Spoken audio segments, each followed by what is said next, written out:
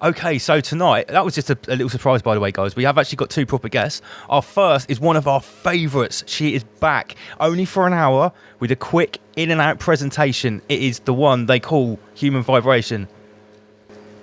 Hello. Hello. Yeah, that's better. There we Brilliant. go. We're in time. There's it's no lag. Chrome. I was using what an amateur move. I was using Safari. How ironic is it that to get things to work properly, you actually have to go back to the beast system. You have to get the adrenochrome. You know what? And this fits right in because Chrome goes to the Chromacolor, and it's exactly what we're going to be talking about today. And I actually kind of try to avoid the Chrome sometimes, but it's what works. And here we are.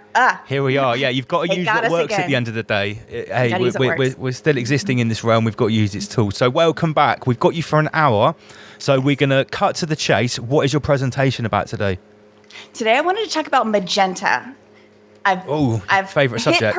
I've hit purples quite a bit, and important to say, magenta is right smack dab in the center of purples. It's the most important purple, but it also plays such a huge role in how we interpret reality as we know it. The color magenta really does, and in ways that we've never really thought about, even though it's right in front of us. And I think that's how most things work, is it's so clear and right in front of us. We just never really think to take a moment to look. And so today the presentation is on the color magenta and its influence in so many areas of our understanding of reality, and its influence on everything, just everything. It's a really powerful color. And I've been focused on purples for a while. I feel like purples have been something I'm kind of like known as as purples, and magenta is the most specific nexus point. And so to figure out how we get there and why it's important and why I even talk about it, this is an exciting presentation for me. I love it. So yeah. Okay, so let's see. So how do I share? I don't think I've ever shared my screen before with y'all, but let's see if I can do that. There's a button at the bottom in the middle. Yeah, and then your screen will appear in the green room, and then yeah. All right. So if you're only using one screen, basically you won't be able to look at the stream. You'll probably just look at what's on your screen, which will be your presentation. Okay, can you guys see my screen? Not quite yet. Let's see. It should appear on my little bar here. Oh, man, system preferences again, locked down. Let's see it one more time. Actually, do you guys have that I sent you earlier? I do have it. Yeah. That's why I've got it here. Don't worry. Yeah, let's just go with that. I think I made one minor change to it, but I will be the presentation master. Right, okay, so I'll just show this screen. I appreciate it. Thank you guys for rolling with my technical difficulties. Actually, I really enjoy technology, but sometimes you just okay, so here we are. Can you see that? Yep. Okay, so magenta, for me, when I break down the most simplified element of the word, to me, it just feels like it breaks into magic enter. And magenta itself as a color is a pretty magical color. And I feel like it enters our eyes for magical purposes. And that's kind of really what the presentation is anchored around. So if you go to the next slide, this is what we understand as magenta. This is magenta right here. This color is today's interpretation of what we understand as magenta, hot pink, fuchsia. These names of colors are used pretty much. They can be swapped out and used. Magenta is fuchsia, is hot pink. And so this is kind of what we interpret that color to be today. But if we rewind to when it was really first introduced through, what's important to note is it's a synthetic introduction. And this is in the 1800s when so many things of note, electricity. The next slide is what we first understood as fuchsia. This is magenta. This is the first magenta. And this was introduced through a synthetic dye process, the first of its kind. And this was in the 1800s by an individual named William Perkins. And he accidentally stumbled upon a process that created this color, which to this point in history, until the 1860s, had never been produced synthetically. And the only way it could have been produced at this time was through this really, really, really intricate process of seashell extraction, crushing of these seashells. We'll get into that a little bit down the road. But at this point, this was just revolutionary to have this color be created. And so I wanted to kind of talk about this color and its introduction. So the next slide shows it just started to get introduced into fashion very quickly. It was a popular color. The next slide shows how important I feel like this individual's contributions are to society is that he got his own little Google Doodle. So this guy's, he's noted. He's Mr. Purples. He's noted for bringing this color, this synthetic process that had never existed. He's really known for this. And so much, I mean, Google Doodles are, I feel like a lot of times really revelatory with the things that they kind of introduce and the things, the people that they highlight. And it's usually just some sort of psyop and misdirection. But I feel like history is fiction, and Google Doodles are also like supporting that, buttressing that like historical fiction for so many things. So the fact that this guy got a Google Doodle about purples just shows that he's Mr. Purples. It was important. Okay. The next slide shows whenever I get onto these tears, there's always some sort of underlying mystery. Like to date, no one has been able to replicate this individual's process. It's a secretive process. He brought this never before mass-produced synthetic purple color, which was then called magenta. It was actually called magenta. This was what we understand, but it's more of a purple color. But this was the original magenta. But he brought it to market. But it's the process is lost to history. We don't know what his process is. We still can't recreate it. But yet now today, it's just like the market is swarmed with synthetic purples. It's just introduced. He brought it. We can't reproduce it, but yet somehow it's ubiquitous. And so that's like that's a theme that I want us to keep just to remember, is that type of theme of like this brilliant introduction to market, and then through history it's like, oh, we don't know how to do that anymore. That's lost to time. Oh, we can't reproduce that anymore. Like going to the moon. Yes. Yeah. They lost that technology with that guy, that one interview. We accidentally destroyed all of the technology. All of it. Love to go back. I would love to go back, but we can't because we destroyed it all. But actually, it's funny that you mentioned that, because I think we're going back to the moon, air quotes, quote unquote, because I don't think we've ever been, and I don't think that the moon is a physical body, and I don't think that we're really going. But it's interesting that that's back in the zeitgeist. I think we're actually planning on going back to the moon with the Artemis rocket. Anyway, it's on the horizon. Okay, so I can't wait for that presentation. Keep that in mind. Oh yeah. Well, actually, I kind of go into a little bit of space at the end, which I always do. So this always kind of connects. Okay. So the next slide, but I am going to try to zoom through it because I could just go on forever. So the next. Okay. So a lot of people are familiar with this story of how purples were made a long time ago, and why it was like a color of royalty back in the robes and the royalty and the biblical and all this stuff. The whole idea of purple back then was that there was these seashells that were crushed, and it made purple. And there was this milk that was extracted from it. It was this crazy process, but that process is another thing that has been completely lost to history, can't be recreated.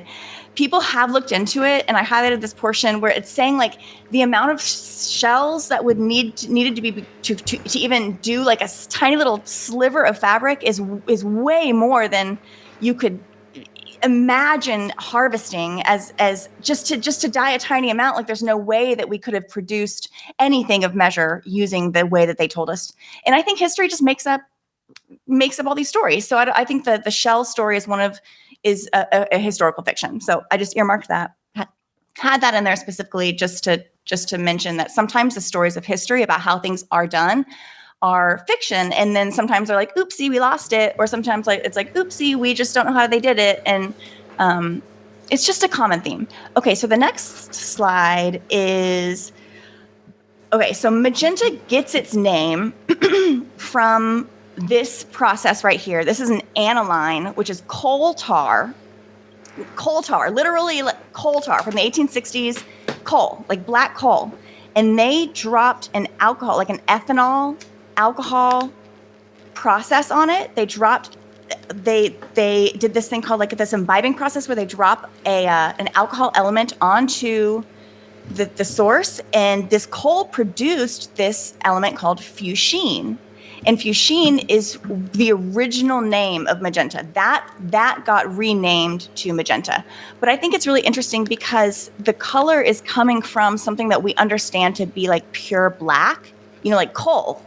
Our whole idea of like coal and tar and oil and it's black goo and it's just blackness. We think of it as blackness, and yet it's like in this instance, from this coal tar base, it creates this through this aniline dye process. It creates this permanent dye that is like the foundation of the process of another process for magenta is this fuchsine, which comes from black tar. Anyway, thought that was very, very interesting. And then the next slide kind of talks about that. It's a distillation of, tar, and that was the first synthetic magenta. Fuchsine got then called magenta. So this is all like and this is all in the 1800s, 1860s is when all this is happening. So we didn't really have a vocabulary for magenta before the 1860s. So that's something to kind of note as well. And like the extraction of it and the actual ability to create this color didn't really start happening until this magical processes started being understood in the 1800s. I also heard from Inner Guardians that the color blue was actually introduced in that century as well. That the concept or the name or the concept of the color blue before, the sky was called like a wine color or something like that. Do you think that could have been a precursor for the synthesizing of this magenta color? I have a sinking sensation that the world as we know it was kind of uncolored before we started introducing these synthetic colors. I think that we had kind of a truly drab, natural, neutral experience and expression of the world around us. And then synthetic colors started being introduced. And we started seeing stuff that we never saw before because synthetic projections were being... I think so much more of what we see goes on in our brain, and our eyes are just the receivers. And I think a lot of these, yes. I used to have this thing at school. I came up with this idea, and I used to spin people out with it. I said, imagine if you went in a spaceship to another planet, and on this planet, when you landed, there were things on the surface that were a brand new color that you'd never seen before, right? I said, first of all, try to imagine that, and that would really, do people's head in. Imagine a color you've never seen before. But then I said, imagine if you wanted to bring it back to Earth, you would have to bring something back of that colour to bring it back to Earth. You couldn't say, all right, now I've seen that colour, we'll go and recreate that on Earth. Right. You would have to bring something of that colour, but the chances are when you brought it back, it probably wouldn't be the colour that you saw it on that planet because it's to do with the spectrum of light. Atmospheric, all that stuff. Yeah. So and I do wonder... Human vibration, before we go any further, when you're talking about the origins of magenta, so and purples and stuff. So I've just got this up. So I'm not sure if you're aware. I'm a pretty keen forager, and there's a mushroom called Dyer's maize cap. I'm just going to put that on the screen here, right? So this is a mushroom, and they use it for dyes, for yellows, oranges, and browns, right? Now, at one stage, the mushroom can go a strange colour, and they actually get some purple dye out of it here at one particular stage in the mushroom.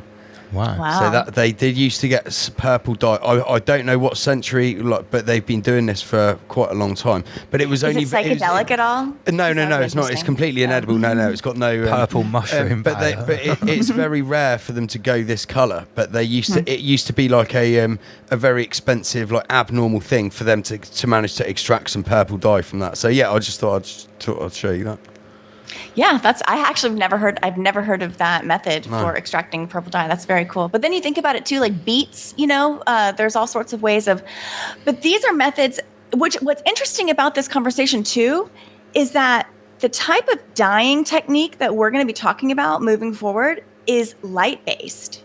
This is all light transfer. There's one thing about, so we all know what it's like to mix paints together. Those act a certain way when we mix certain colors of paints together in this physical world. When we're talking about mixing of light, things operate in a much, much, much different way. When I mix green paint and red paint together, I can get this like grayish, brownish, goulash color. Like it's gross. It's just kind of like, we know what that looks like when you try to mix green and red together. Paint. But when you mix green light and red light, you actually make yellow. It reacts and it's totally different methods of reaction and color creation. And it's having to do up here. It's more in our brains. It's working off of, there's ways that color and light exists and reacts in the physical world. That's one layer. There's a sub layer or an upper layer. I'm not sure, but there's another layer of how light operates from the light source, artificial light sources, to our eyes, to our eyeballs. And our eyes are the participant in making it happen. So there's a difference between the pigment of something and light, because when I did A-level art, one thing I always remember is the teacher, he was very knowledgeable. He actually taught the difference between white and black. He said, in paint, white is no colour, and black is actually all colours all mixed together. Oh yeah, but we're going to get into that here in a second. But in light, it's the other way around. White is all colours, and black is no colour. So it's actually the opposite. Yep. Yeah, we're gonna get. That's just. That's a mind fuck. Yeah. It is. We actually have some slides on that. So this is a really interesting conversation too, because we learn basics, but we don't learn everything, and sometimes the basics are not quite, that they're not enough to really let us know how things work. Okay, so the next slide was kind of interesting. So we understand that this coal tar causes color, but it's not that abstract, because if you've ever seen oil on water, you know that causes a rainbow, like oil on the streets or something, oil on water, oil slick, So we kind of understand that like tar can, like black tar, when we understand it as like this black goo substance, actually has everything in it. So the idea again of like subtractive colors where everything's mixed together creates black or nothingness, or the opposite, so from black can be color, or from white can be color, and we'll show how those are made on just, and it's all about our eyes.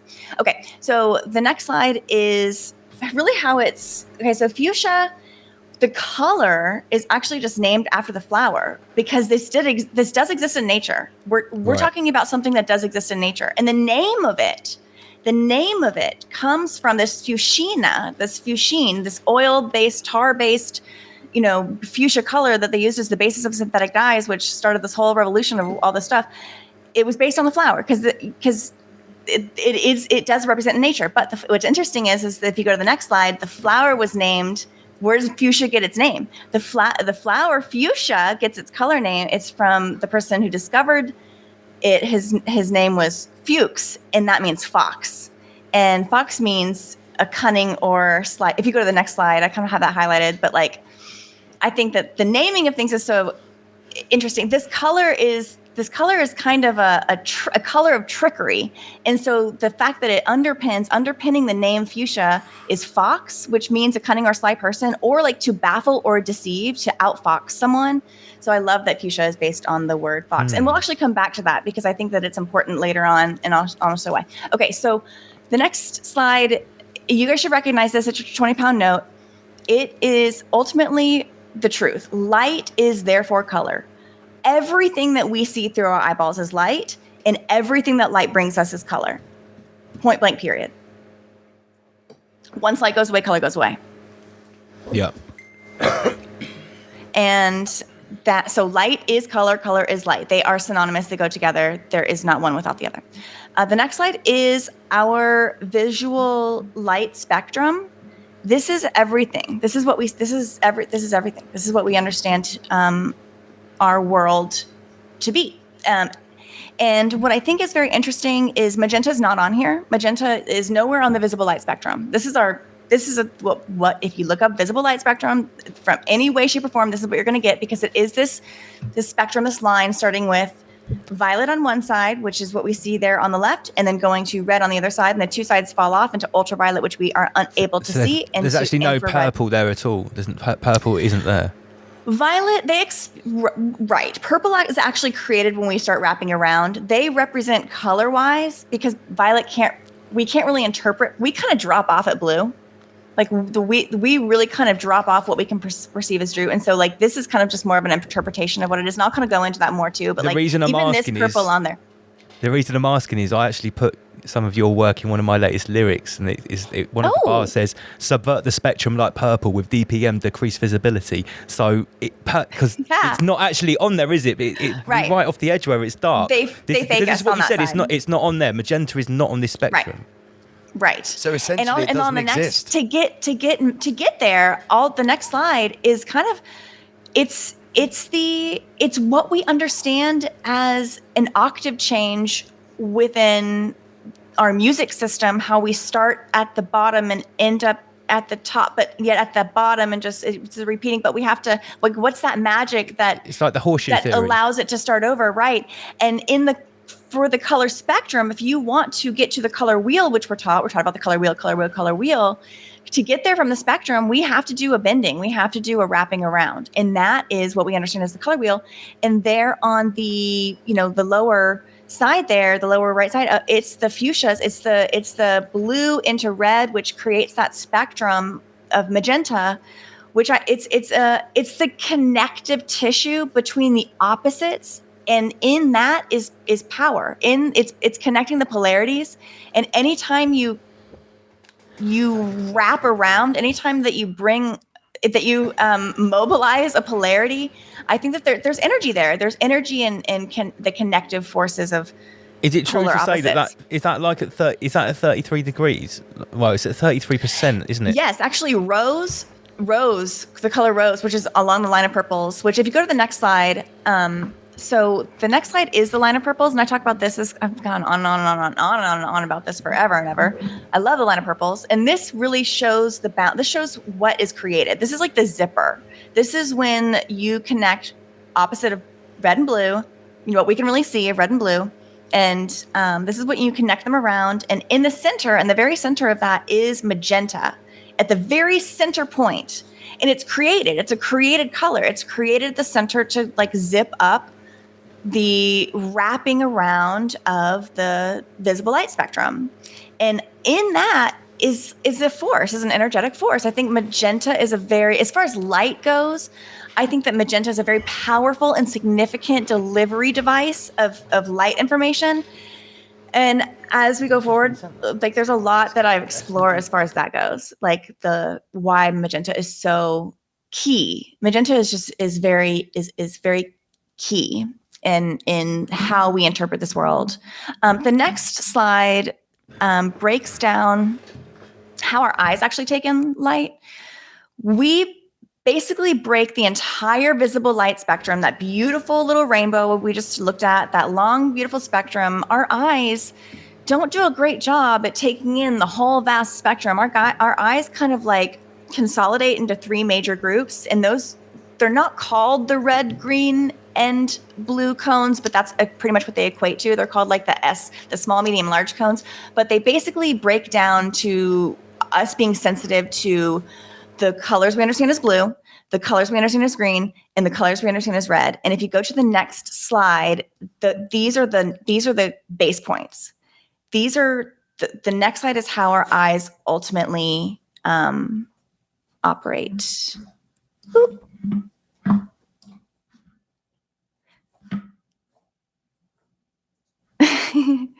Did the guys drop off? Uh-oh. I'll just keep going. Sorry, we're here. Sorry, we're just doing some Rise Above admin. Sorry. No problem. Slide. I know that we're getting sent memes live on air by people that are watching the show. The show's far too interactive for anyone to realise there's so many things going on here. Sorry. Right, next slide. I know that man, once I get going, I really should be the one leading. I'm sorry. We love having you on. It's great. We could just sit back and enjoy. Always technical difficulties. But these right here, these are the approximations, the base approximations for how our eyes really break down the red, green, and blue. And these are how our eyes operate. These are the sensitivities, the key sensitivities that our eyes, our orbital systems, how we human beings take in light. This is basically what it is right here. This breakdown, one rod, one cone. It's one sensitive to red, one sensitive to this color green, one sensitive to color blue. And we approximate along the scale, along what we can, borrowing in bits and bytes from here and there. But our brains basically take light in this version, RGB. Can I just interject? Isn't it funny how all the binary opposites and like the Hegelian dialect and everything, we have our red and blue on our polar opposites in so many different binaries. And what do we have in the middle here? It's the green screen where it's actually it's the green screen where it all plays out. On the screen, on the fake playing ground, the projected playing ground. Yeah, Godfad, I'm sure does a little presentation on this as well. Big up, women. It's pretty interesting. I love that more people are seeing. I mean, these are building blocks. I think I even I wrote there at the bottom the building blocks of reality as we know it. These three things. These are basically how our eyes operate. And it's the triad. It's a spectrum. It's the whole spectrum of color basically reduced into a triad. Right, and you'll see each one, its maximum level is, as far as light, is 255, 255, 255. Anyway, and then how do you get to magenta? Well, you just take the green color out of the equation. Magenta is basically full red, which we just saw, and full blue, which we just saw, and you take green out, and then that is magenta. So magenta is pure red plus pure blue minus green. And this is where you get to magenta. And that also shows, because if you look at the line of purples, which is, if you go back just to look back at that, if you go back to the line of purples, you'll see that the green, it really is at the opposite. Like it's all the way, like it's green's out of the equation when it comes to the line of purples. It's so far out, it's not registering at all. Like green, you really do have to take, once you click, but if you have 3 lights, with those 3 lights, that's what I really want to get to. Okay, so go forward. With those 3 lights, those simple this green, red, and blue. With those 3 lights, you can create every color that we understand as colors. Yeah, because that's basically every pixel on your TV is just that, isn't it? Yes. Every what we're all viewing rise above through right now. We're just looking at millions of that. This is what we traffic in. Various different scales. Yeah. Yes. And if you go to the next screen, I love that you brought that up because it's so intuitive. It's exactly what it is. The next one shows this is what we're all looking at. It's these little trinodes. Yeah. You know? Look at that. This is LED. This is our world. This is welcome to Rise Above. This is what you're seeing. Yeah. And that's all it takes. And they mix, and each one's firing in its own little way. And there's just billions. There's so many of those on our, this is just way zoomed in. But with that, every color can be created. And this is what we understand to be the full spectrum of our color. Like our crisp screens are really just a ton of those projecting red, green, and blue in their own little variations, their own little measurements of the color, and it creates every color. It's really wild. And if you go to the next screen, this is a chart of visual impairment when it comes to color blindness, and color abnormalities. And it basically is just like switches with red, green, or blue. Can you see red normally? Yes or no? Can you see blue normally? Yes or no? Can you see green normally? Yes or no? And everything else is just a little series of just switches and nodes on variations of that. They're all based on our ability to see these 3 colors. And so it's important to know that these 3 colors, light, because that's what our eyes are registering. It's light. So it's different than paint that we can manipulate on in front of us with art and like paint and mixing colors there. This is light based. This is all light based. So I want to keep that in mind. Okay, so the next slide really shows how all the colors are created, starting with red, starting with blue, starting with green. If you shine those lights through the mixing of red and green, you get yellow, not brown like with paint. Red and blue, it's actually a magenta. If you were mixing with paint, you would get a more grayish color, more or purpley but gray. And then green and blue with light, you get cyan in the middle. And then if you mix all of those together, the cyan, the yellow, and the magenta at the center triad, you get white. All those lights, all the lights adding together. Yes. Right. Layman's terms, devil's advocate, looking at this, magenta is a cross between red and blue. Cyan or yellow is a cross between red and green. Why is magenta unique? Because on this graph or this projection here, it looks the same as the Y and the C. It looks equal.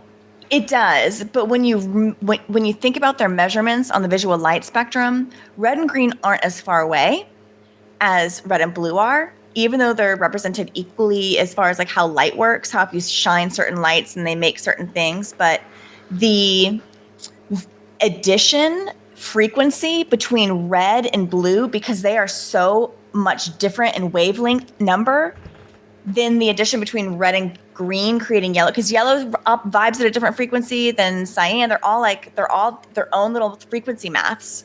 And I think that there's something, because red and blue, and ultimately violet is the edge of the spectrum, but we really can't really register that. And that's deep blue. Deepest blue is violet. And they say roses are red, violets are blue. It's important for us to understand that we don't really start getting this purple color. Maybe it would make more sense if it was skewed and magenta was actually at the top of a triad and had. Do you see what I mean? Because they should make it bigger. If you actually yeah, if you twist it 90 degrees or 33 degrees to the left, and magenta was like at the top.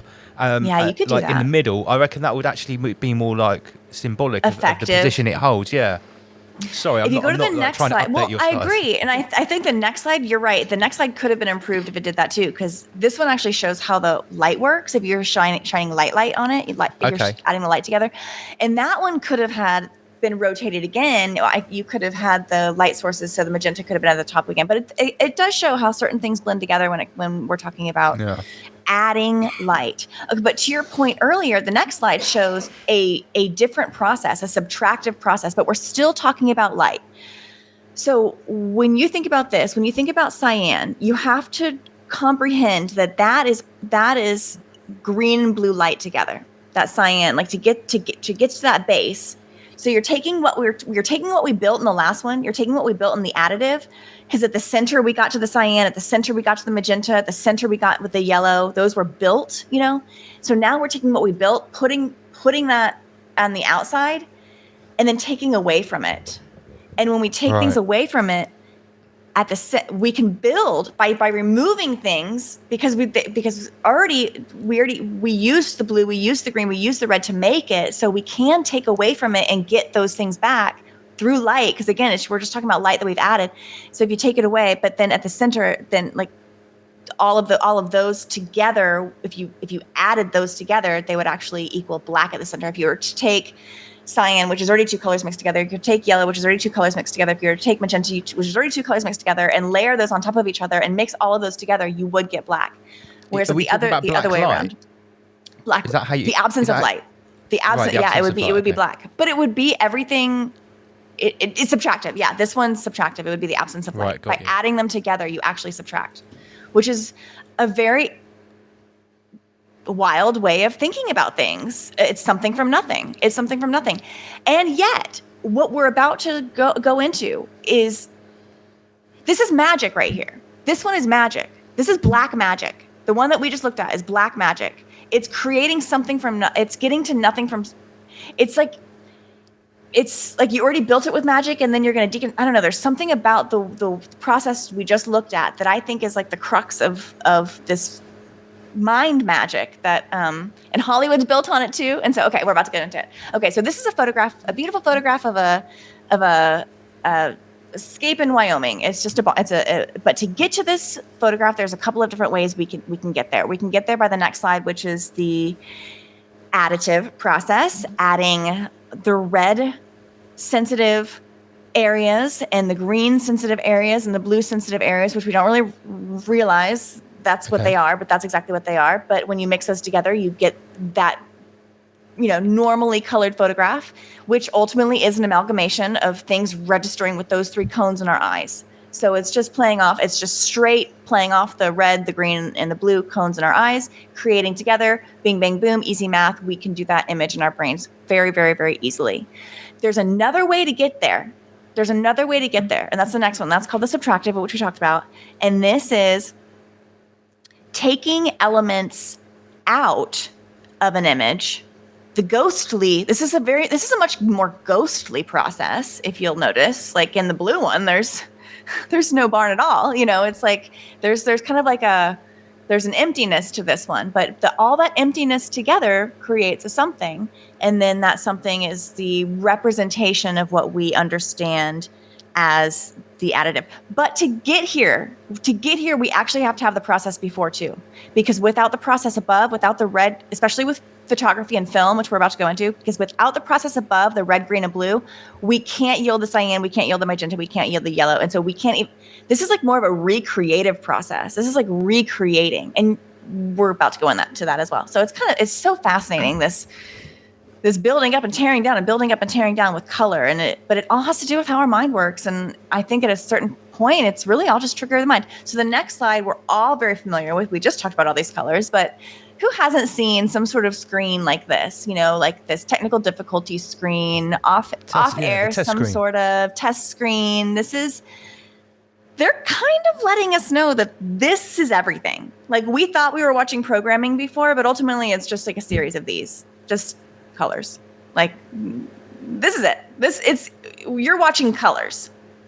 They may be amalgamation. We may put them in different frequencies and put these colors over here and put these colors over here, times a million, a billion, a bazillion. But ultimately, this is what you're watching. You're just watching color. And I think that I just love when they tell us the truth in plain sight, and they do all the time. So when we first started seeing color on film, and you can go to the next one, it started with like cartoons. A lot of people think that the first color was Wizard of Oz, and that was important because it was one of the first Technicolor films, and we're about to go into that because it's a really important. It brought color really to what we understood. Like it brought in color, brought in this Technicolor. It's like a magical technology we're about to get into. But there was also cartoons always have a way in cartoons and newspapers were the first thing color in newspapers. The first bit of color to ever exist in a newsprint happened before it was on screen, and that was through cartoons. Cartoons were colorized first, and then on screen, cartoons were colorized first. And I think I'm not sure why they do that, but it's done for a reason. Even it could be anything else, but they use cartoons because I think it's more subliminal. It's like a Trojan horse, and I think that's an easier way to introduce these technologies, these magical technologies. So this is kind of like a cartoon version that existed before the Wizard of Oz, but just slightly before. And then the next panel shows the Wizard of Oz, which is known. This is like the movie. This is the color movie. This is when we think about the color age, the colorization of Hollywood, this is what we understand glorious as Technicolor.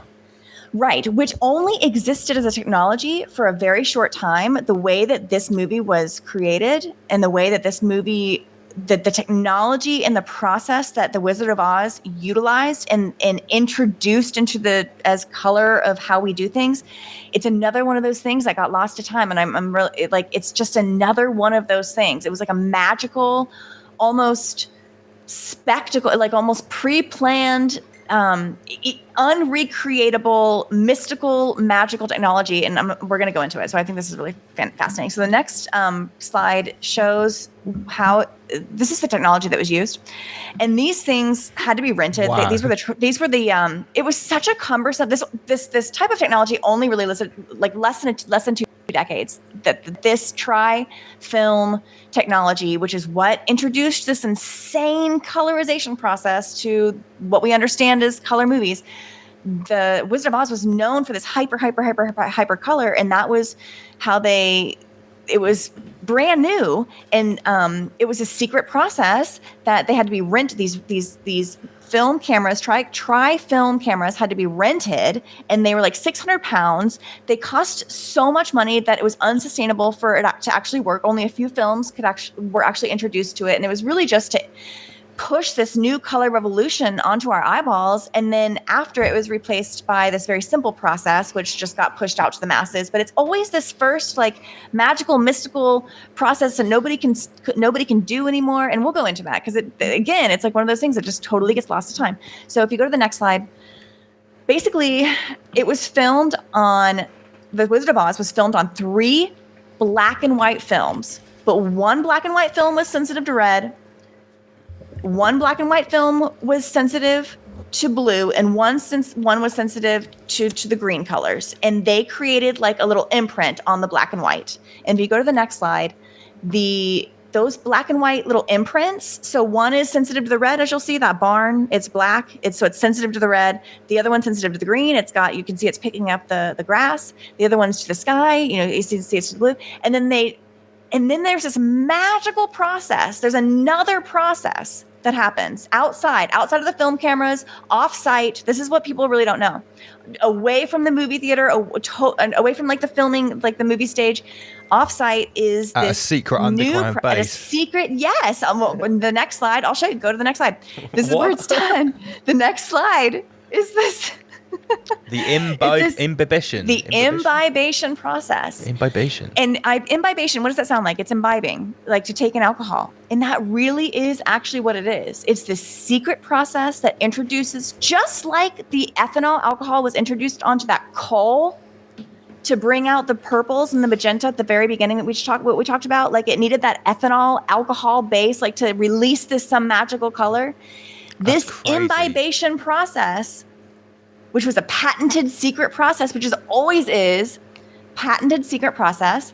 This imbibation process was used again to magically transfer this new set of colorizations back onto a brand new set of films. So it took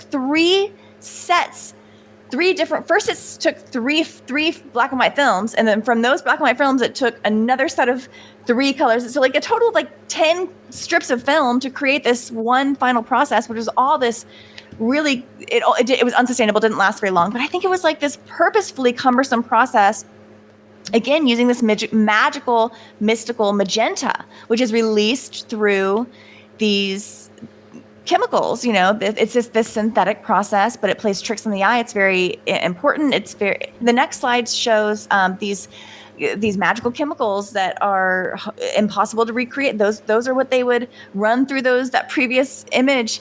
That's what they would like run through those secret tubes off-site, away from where they filmed it. And it's like that Nubian dopamine, Cokeid fast violet, Cokeid alzarine blue, Mordor argon.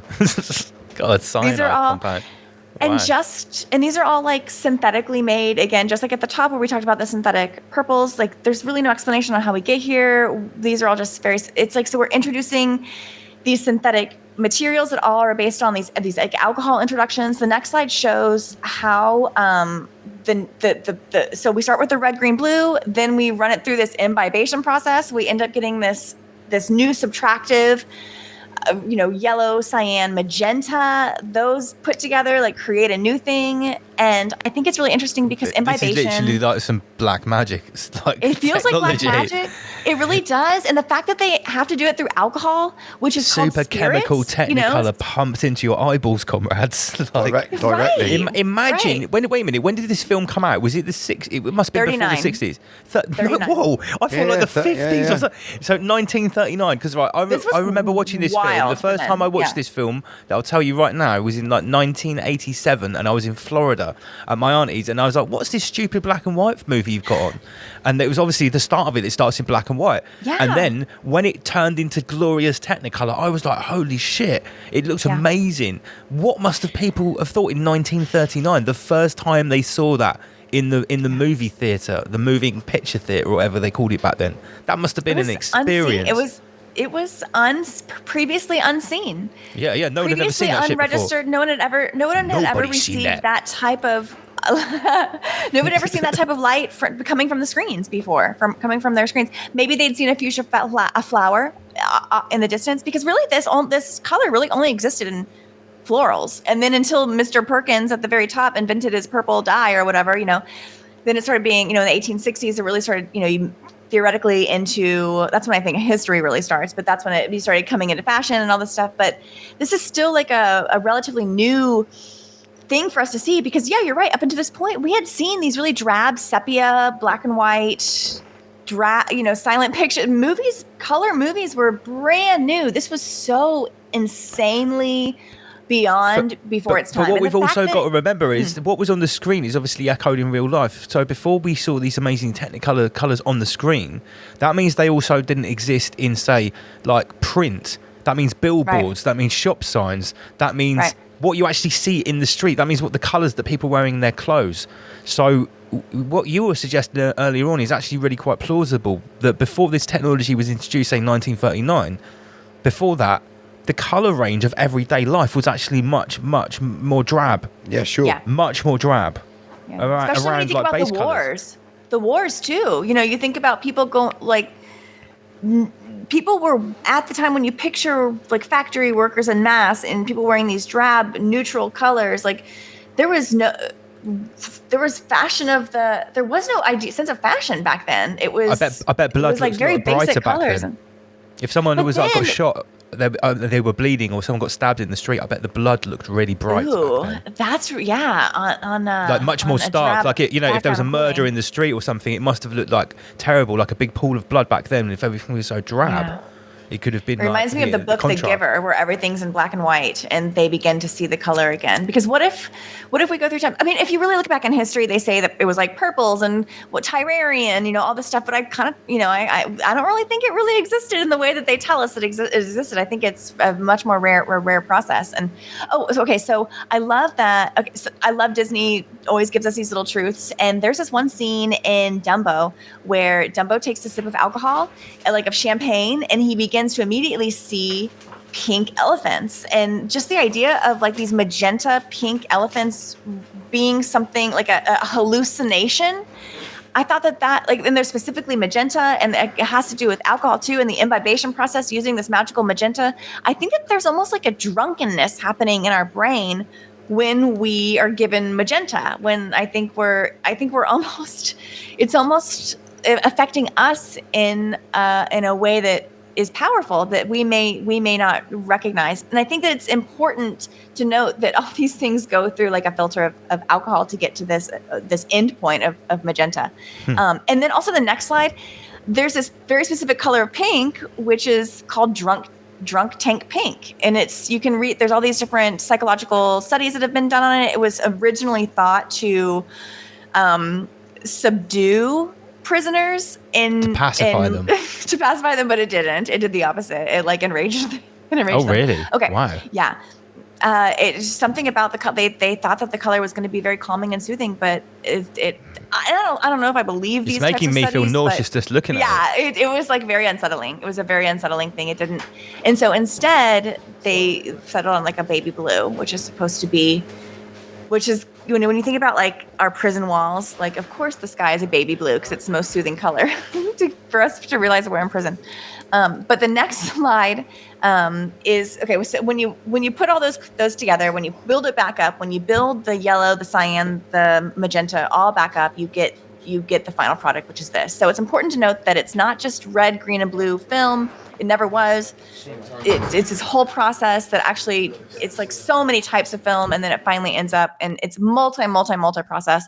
And then at the end of it is this. And I think these crazy processes are they're just red herrings. And it's a beautiful film, but at the end of the day, like the next slide shows how it was replaced, by the mid 50s. It was just totally obsolete. Then it didn't exist anymore. It was introduced to the new technology that replaced it was something that was so easy to use, didn't require like any of the things that this Technicolor specific Wizard of Oz process required, which is insane. That type of technology just was like boop, gone, and it all shut down, and it's been lost to time. And now, and the Eastman Kodak company like replaced it with just a much easier thing to use. And ever since then, we have not been. If you go to the next slide is that just shows that it was replaced. Totally obsolete, like I really just think it existed for this movie and just to introduce this new wild color to our brains. The next slide shows this summation of it. It was basically like a gimmick. It was a spectacle. It was called like a virtual reality of its day because it was so hyper real. It was hyper unreal. The colors were so unusually created, and the process was so magical and mystical and still can't be created to this day. Like no one is doing this Technicolor 3-strip Technicolor process to this day. It's it's a form of its own, I think, magic. The next slide was exactly what you talked about, was this going from this moment in the film where it goes from black and white, what we understand from dull color to an absolute explosion of color for the brain and senses. Yeah. This was a sensation for everyone. Many people went through this, other than cartoons that maybe you had seen, this was really the first time you could see it on screen in a significant way. There were a few Technicolor attempts before this, but this was something that was unlike anything else that had ever been done. So the next slide, the Emerald City, I think, is very important. We're talking about magenta, and why did I even bring up the Wizard of Oz? Because I think it relies on magenta at the end of the day, like that magenta. It's packed full to the brim. The Wizard of Oz. Yeah, it's a highly occult movie. Yeah, there's so much. It's color. It's color. It's how color works with like the introduction of color to us. It's like you're talking about color. You're talking about film. You're talking about the Wizard of Oz. And what's interesting to note is the next slide shows that magenta and this very specific green screen green. Ooh. These are equal opposites. They are each other's opposite. Perfect opposite, opposing pair. These are opposing colors. I think it's very interesting that magenta is the opposing opposite of the green screen, because people have no idea right now about how much of what is presented to us in our favourite series or movies or even the news is actually green screen. It's way beyond most people's understanding. So I think it's very, very, very telling that we've got these two binary opposites here, and it's not red and blue that we're presented with in our phony like elections and our politics and our football teams. The actual underlying important colours here are magenta and the sort of luminous green. Right. It's almost like this is how it's done in the real world. We use this green, and then this is how it's done in our brain. We trick you with this fake magenta, this really powerful polar opposite, like super hyper powerful color. And they exist in opposition with each other. There's something powerful happening with these two colors. I believe. I think. And if you go to the next slide, this is one that I'll just talk about it real quick. There was this. The one thing that I changed is I added this slide about the green. There was like this pink shoe. Pink and gray. Some people saw it as like green and white. Some people saw it as pink and gray, and it was this optical illusion. It was kind of like a new gold dress, blue dress thing. Anyway, but it just showed how there is a whole host of illusion that goes along with pink. But we'll go to we're back at the magenta. This is the color, and I love that it has FF in it twice because it's like false flag. Because I think a lot of like double false flag. But I think that this color shows up. So I just wanted to talk about. It's also got oof in it as well, like oof. Yeah, it does. Oof. Because I mean, when you see it, oh my gosh, actually, we're about to say oof a couple times. But okay, so my big oof is the next slide, which is John Ramsey. Here we go. You won't be able to resist this oof. I can't. The trademark rabbit hole. Take it away. Look at that shirt. Look at that shirt. What color is that? That's magenta. That's a fuchsia. That's a oof. Look at the next one. She's another one. She's oof. It is John Burnett Ramsey. This is like the Madeleine McCann of America for anyone that doesn't know who this character is. That's the best way to put it. Previously, Human Vibration did a full presentation on this. This is what made this. What Human Vibration on the map. We came to the conclusion that this little girl never even existed in the first place. Hence the magenta. Talk about dark magic. Yeah. Talk about. That's fucking dark. Yeah, that's really dark. That's real dark. Did she only appear in magenta? This little girl. What was that? Did she only appear in magenta like every photo? Oh, okay. Oh, yeah. Well, and there's a few, but you can go to the next one because it's really just Kennedy's wife. This is an oof color. This was. Is this what she was wearing on the day? Yeah. On the day. Of course. Nice. Yeah. Oh, I want to go back real quick because I want to talk about one thing real quick. So she's wearing a magenta dress. That's the center. And she's also wearing a red sash, which is one side. And if you scroll down just slightly, she's on top of a blue star. Oh, right. So you got the full spectrum there. You got the green spectrum. And the green in the background. Yep. And the green in the background and the yellow. So it's almost like magenta. It's actually like a test. That's almost like a test image. That's almost like the test screen, isn't it? It's the whole spectrum. The next, then if you go to the next, I think it's actually the next slide, you'll see that Jackie's wearing, so she's wearing the magenta coat, she's got the red roses, she was not supposed to have red roses. She was supposed to have yellow roses because yellow rose is Texas. Anyway, she had the red roses for this reason. And she's wearing a blue, she's wearing a violet bag, which doesn't go with her outfit. It doesn't really match. She should be wearing a darker black bag, but she's wearing the full line of purples. She's actually representing the full line of purples with magenta, with red, and with a deep blue. And I think that's significant. And if you this color just shows up. If you go to the next slide, 2001 was color of the year was this color, and the name of the color was fuchsia rose, and this color is Pantone. They're like the god of color, the Bible of color, and they pick a color every year, and it's significant in certain areas. It's unheard of in other areas, but they always pick a color. So the 2001 year, before September 11th, they did fuchsia rose. Fuchsia meaning fox, which we understand that, to outwit, outsmart. Rose actually means done in secret, sub rosa. So I put that definition down there. It means anything. Hence the secret society, the Rosicrucians. Yes. And you'll actually start to see in a lot of these trauma things, there's a lot of people named Rose. You'll start to see stuff. Yeah, sure. If you go to the next one, it just kind of shows. This was just one of those oof images. Oh yeah, look down here. Look at that magenta just poking through. Yeah, just front and center. This just front and center. The next one is. Oh, just kind of jumps out. One of our favorite characters here on Rise Above. This image is often cropped, so you don't see. This is her hand. This is Photoshop. Stop saying fake news. This is a weird. I mean, this image is everywhere. We see this image all the time. This is such a weird, fake, strange image. It's bizarre, but the colors here, magenta is right there, hyper on her leg. That usually gets cropped out. We usually don't see how flashy her magenta is there. I think that's interesting that it's. I never realized she had magenta flashy pants on there before. Yeah. The next one is faded, but this was the Apollo 13 flight plan. It was they had hot pink covers. I thought that was kind of interesting to note. That was, if you remember, it was kind of it was made into a Hollywood movie in its own right. Tom Hanks, just one of those ones that go wrong, and then it goes. They have to do all sorts of heroic things to get it going back, and I don't know. I thought it was interesting that it had a pink cover. The next one is I did begin to notice. This kind of goes into where I started registering this color.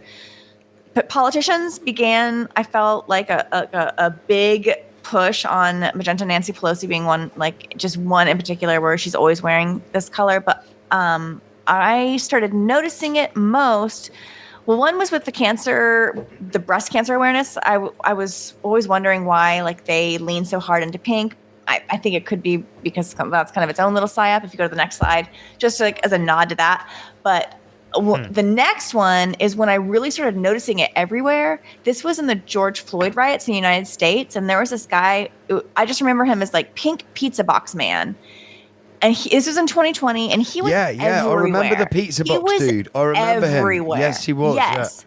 And his shirt had something about The Village, and I remember The Village being this M. Night Shyamalan movie. Wasn't he seen trying to put bricks through windows? No. Hang on. So this dude, there was a dude. This dude was like a agent provocateur. Yeah. And they had this. Do you remember they had the umbrella dude? Yeah. Yes. I remember and that. he was he had his black umbrella on. He was clearly CIA or ops or something. And he had that magenta. And then this dude had his pizza box. And when the dude with the umbrella was smashing the glasses, he went up to him and was like, "Dude, what are you doing? You can't do that." But there's footage of those two walking together earlier in the daytime, both of them together. Oh, right. The dude with the umbrella and this dude, So they're both crisis actors for the Hegelian dialectic.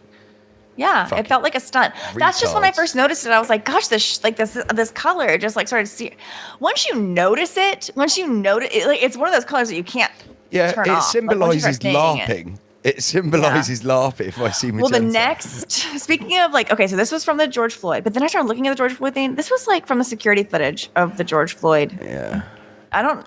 She's not related to it, but what are the odds that someone in a magenta burqa would walk by seconds before this goes down? Isn't the whole point of a burqa that you don't pay attention to yourself? It's the whole point of it is black, isn't it?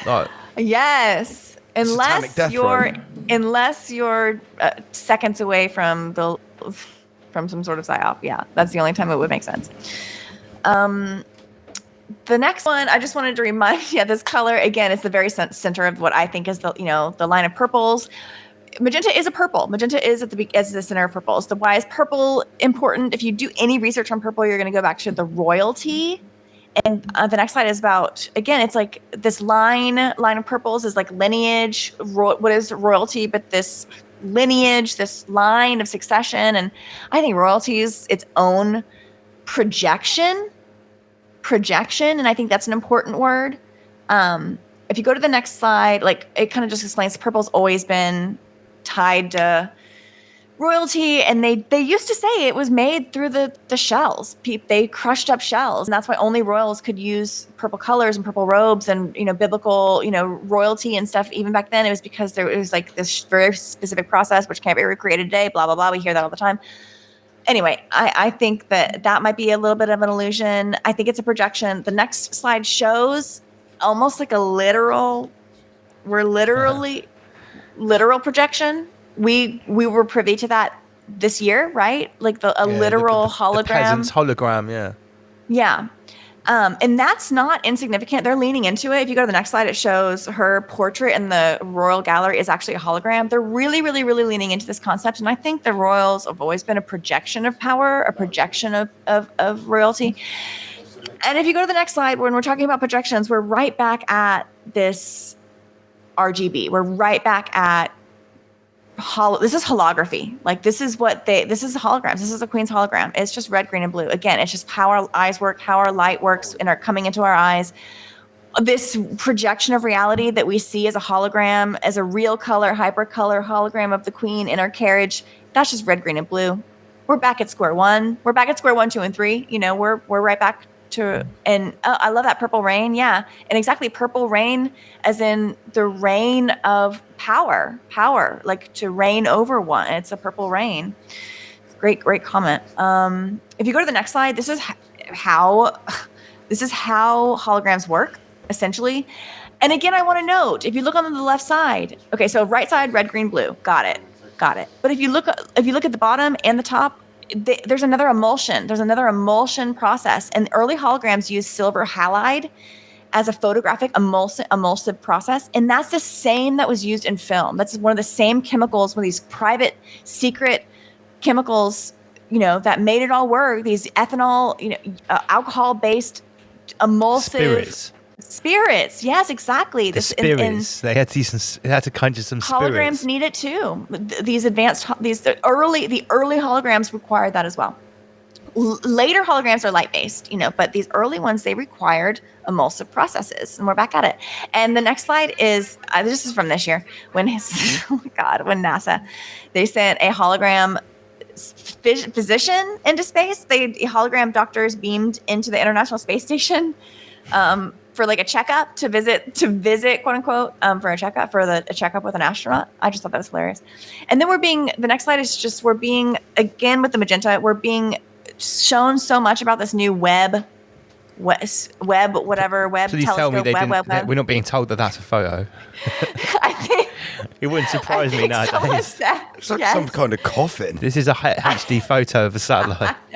Actually, I kind of think that someone is saying that this is a legit. No way. Oh, yeah, no. I think way. So. Let me zoom in, please. Stop. Well, the next one they are saying, and this one has a lot of magenta. This one reminds me again of the pants. This one reminds me of the pants of that Virginia whatever from Epstein. But this reminds you of Epstein's pants. What photograph of Epstein pants have you seen to see like this? No, it was those pants from that photo that we were looking at. The one with Prince Edward. Her purple pants look like this. Prince Andrew. Prince Andrew. Oh yeah, Prince Andrew. But this is a photo from the Webb telescope that they said. This is a brand new photo, which very heavy on the magentas. I don't believe outer space as we are taught and told. We're kind of wrapping up. All this to say, like, magentas in outer space now. The next slide shows this kind of reminded me of what it exists here. Like, we can conjure these colors. We can experience these colors. If you've seen these little things in movies, or if you've ever experienced that in a museum or something, like, plasma usually represents purple. I think purple is energy. I think but magenta is energy. Like we talked about, it's the mixing of the red and the blue and like the opposite of the spectrum. And I think that there is this like weird energetic thing that's represented and conjured. And brought forth with Magenta. And the next slide is, I'm not really even sure why I can't remember why I put this slide in there, but I guess it's just to reinforce that this, it does exist. Like this color does exist in what we understand as reality, but all that only exists because that's how our eyes receive light. It has like whether a color is real or not real is totally out of the equation at this point when we really understand what we're doing with color, because it's so individualistic on what we perceive as color, and it's so human based, and it has nothing to do with anything other than how our eyes are built. And like we could be perceiving things totally differently. So the fact that like, I don't know, I think we get bogged down. I know I have been bogged down in the past by saying how color works, but okay, I'm ending with this slide. I love when I see color in the wild, so to speak, or like on social media. If I see something's purple, I always use the little eyes with the purple magenta magic ball. And this is a deleted scene from The Wizard of Oz where she sings Somewhere Over the Rainbow in a really sad, they cut it because it was too sad, but she sings sadly Somewhere Over the Rainbow up in the witch's castle, and it's in front of this glowing magenta orb. And I just love that in my research about the film, I found that this was a deleted scene, and it had my favorite little symbol in it. And it's the symbol that I use when I'm looking for purples, when I'm doing stuff on purples and magenta. And I found that when I was doing this presentation. So I just thought I would end with that because it felt very... And the whole point that they put that as an emoji anyway.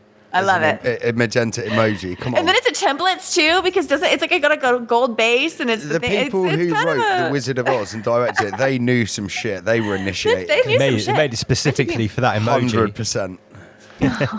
No, that was another amazing wow presentation as far as I'm concerned. Didn't really expect anything less. No, that was brilliant. Is it right that you were spurred into making that by something that Sam Carno sent you? Just something about one aspect of magenta? Yes, there was a real lengthy, I would say, expose on magenta, a real deep dive on magentas that was getting a lot of eyeballs and a lot of views, and it was. I mean, I went through it and I was like, I love how people are looking into color, but at the end of the day, like, I think that I can only look at things. I was like, how am I going to look at the, I don't know. I was tempted to do like a slide by side, like here's what they said and here's what I found in theirs. And let me see what but then I was like, okay, let me absorb what I can. Let me see what interests me. But I guess I can really only do color the way that I would naturally approach it. And who knows what brilliant. That is. It's so interesting. But I love how you guys have every single time. My favorite thing is you've given me what seems to be a narrow parameter. Like it seems to be something like a very simple prompt, but I always come back with something in that line but unexpected, and I like that. That's the energy. I like that. That's the energy. I the gave sand you or the like, templates. Yeah. I just said templates of a crumbling reality, and you came back with this amazing presentation about sand. Yeah. Sand. Whoa. No, unforgettable. Once again, right, I know we're on a time limit tonight and we've already gone 10 minutes over your allotted time. But it's okay. It was bound to happen. Once again, Human Vibration, thank you very much. If people want to get hold of you, it's still Twitter, isn't it? Yes, Twitter, Human Vibration, at Human Vibration, Insta, at Human Sam Vibration Carno, can you get Insta. the link up on the screen? And then Realize Radio with my longest friend in this truther community, like me and Rambo Seek the Truth 101. Find him on Twitter. He's we have a radio show together. We do radio show. It sounds so old fashioned, but that's ultimately what it is. Like we call it Realize Radio. What we're doing here. It's just a bit prettier. Yeah, well, you guys have a wonderful multimedia element that we've never. You guys are robust. I've never. Kudos to you. I'm always so impressed by how much we like to cover the whole spectrum. How many voices? Yeah, it's a proper explosion today. Look at it, it's an explosion. All right. Love it. Again, we'll have you back soon. Don't worry. It's a given. Guys. Take care, guys. All right. Rise above. What's this button going to do? 33 million people in Britain are mentally ill. No, but not. Let me tell you, unbelievable. Right here, right now, is where we draw the line. Eat it off the floor. Just going through them all. Why not?